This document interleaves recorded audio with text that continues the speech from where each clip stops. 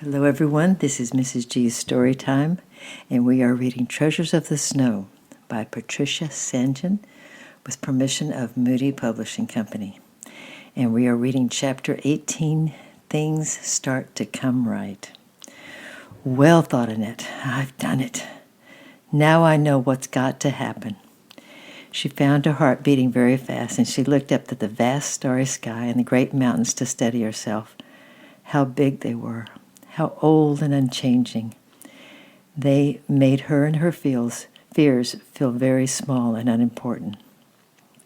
After all, it would soon be over and forgotten about, but the mountains and the stars would go on and on forever. A small black figure appeared, running around the curve of the path, dragging a sled behind him. He had found another coat and was so out of breath with hurrying that he could hardly speak. "Come on, Annette," he gasped. "I brought a big sled, so there's plenty of room for you to stretch out your leg. We'll be home in a few minutes." He held out his hand to help her get in, but she drew back. "Just a minute, Lucien," she said in a hurried, rather shaky voice. "I want to tell you something before we go home. Lucien, it wasn't the cat that knocked over your horse that day. It was me. I did it on purpose because I didn't want you to get the prize, because you hurt Danny. I'm sorry, Lucien."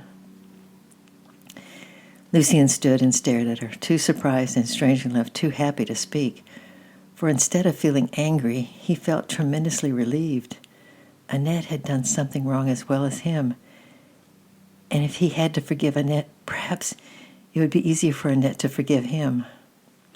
Of course, a little smashed horse was nothing compared with a little boy's smashed leg, but even so, it seemed to bring them somehow nearer together.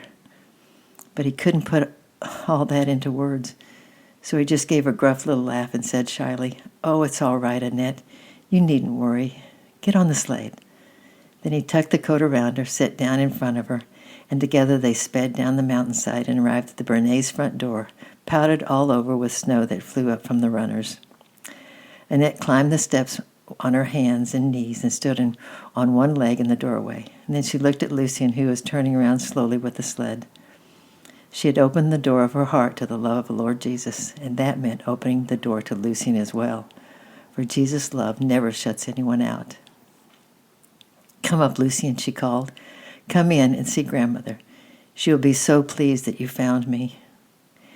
She opened the front door as wide as it would go, and she and Lucien went in. Grandmother jumped up with a cry of joy at the sight of Annette.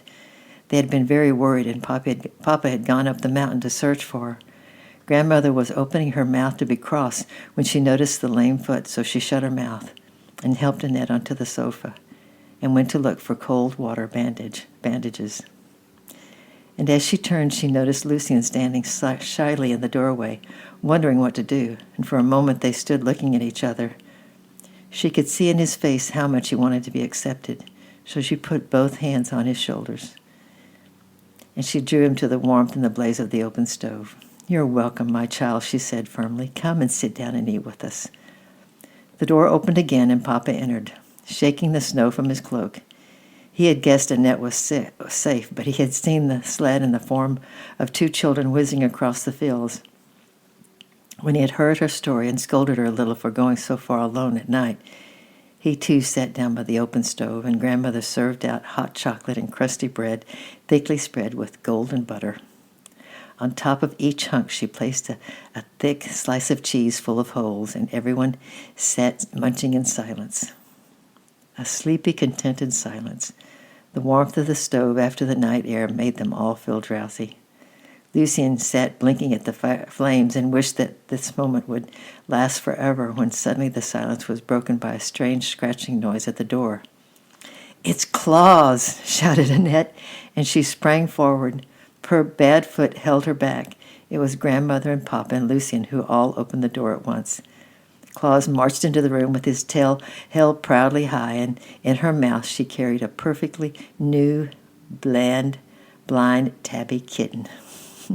She took no notice of any of them, but walked straight across to the little bed where Danny lay sleeping and jumped up onto the feather quilt.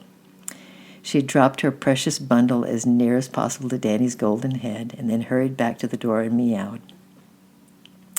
"She'll be coming back with another," said Papa, letting her out.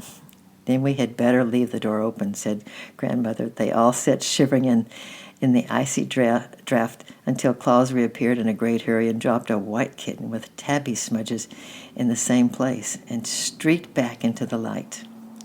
"Let's hope this will be the last," murmured Grandmother, thinking partly of the draft and partly of life in a small chalet with Danny and more than 3 kittens.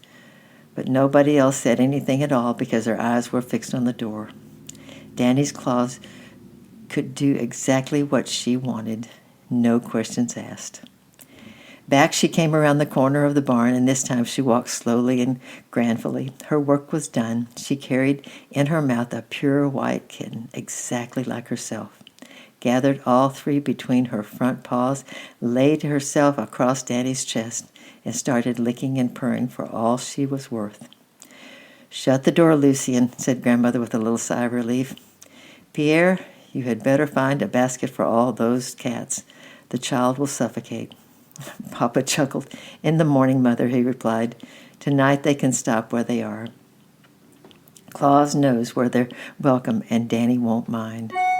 Very gently he moved Claus's right paw from Danny's chin, and then he went off to lock up the cowshed. Lucien got up to go, and he went over to Grandmother and held out his hand. "I must go," he said simply, "but thank you for letting me come in.